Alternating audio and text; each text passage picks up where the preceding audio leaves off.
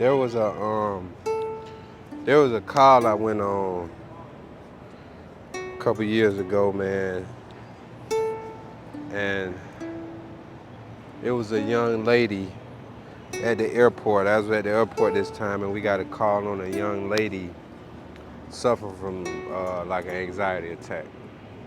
So we respond to the call.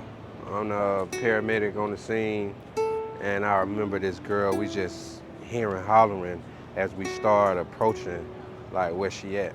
She just screaming. I'm talking about screaming, man. So one of the first things I did when I got there was move her away from the crowd because they was kind of getting worked up. So I get her away from the crowd, and then I grab her hands. I'm like, give me your hands. She gave me her hands. We looking in each other's eyes. I'm talking about looking in each other's eyes, holding each other's hands. And she just breathing fast. So I'm holding her hands. I'm looking at her. Breathe with me. Breathe with me. In. Out.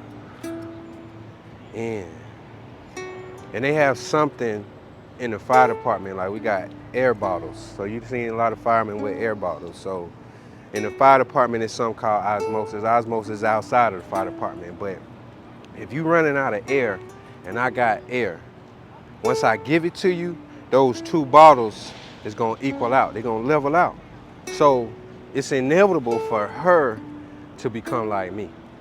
So as I'm breathing with her, she's starting to calm down. She's starting to open up. She's stopping, crying and everything. So she was able to get calm, and we started to talk about what happened, Sean. And you know what she told me? Like, this is crazy. Still to this day, I still think about this. She told me that she was on the phone with her dad, and he was going through something. He had hung up, or they got disconnected. They ended up getting back on the phone again, and that's when he took his life. So she witnessed over the phone that her father just killed himself. But her father is somewhere over there in Europe somewhere. He in Europe. So now she got to rush to the airport and try to get on a plane.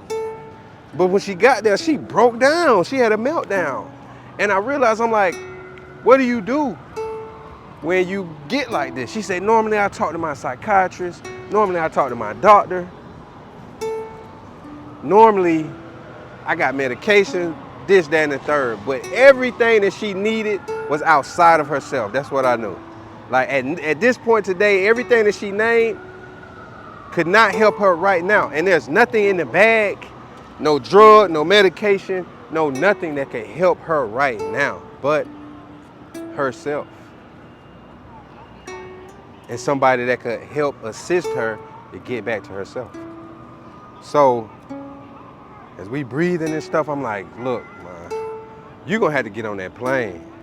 Even though your dad did do that, even though he did take his life today, you're gonna have to get on that plane. He will want you to get on that plane. I say, look, we gonna clean you up, cause she's crying, all this smeared up. I'm talking about all the makeup that she put on was ruined. And I said, look, you cannot ride a plane acting the way you act. So we took some time to breathe, got it together. We cleaned her up. We put her in a wheelchair, cause baby, you don't need to be walking. She got in that wheelchair, and we rolled her to where the gate to where she was supposed to get on the plane. They approved her to get on the plane, but before they approved her, and we was like terminating the call, I had to get some more information. She's sitting in the wheelchair. She just like, come. So I gave her a hug. Bam. We embraced, we hugged so tight, we embraced, man. And it felt good to know that I helped her get to where she needed to go. After I got done, we going back to the truck, all the firefighters talking to, oh, wow, man, you trying to holler at her. You had a little intimate session with her. They clowning, just like firefighters do, we be clowning. But the truth of the matter was, no, This was deeper than rap, man. This was deep. This right here, this is the call right here that is what I needed to know. Like, bro, you got to do this. You got to be proactive. You got to help these people that have these issues. It's your job. We done. We tired of responding just to any and everything. We can kind of help the front end to prevent them emergency. It's time. You just proved you used nothing in this bag and you helped her get to where she was going. Well, the only thing we did use was oxygen. Gave her a little oxygen. But other than that, it was all me and her. And just a real heart-to-heart. I had to give her my calmness, you know? But how would you respond, though, if your friend or somebody just called you and they just said, look, something terrible just happened over the phone and I can't get myself together? What would you do?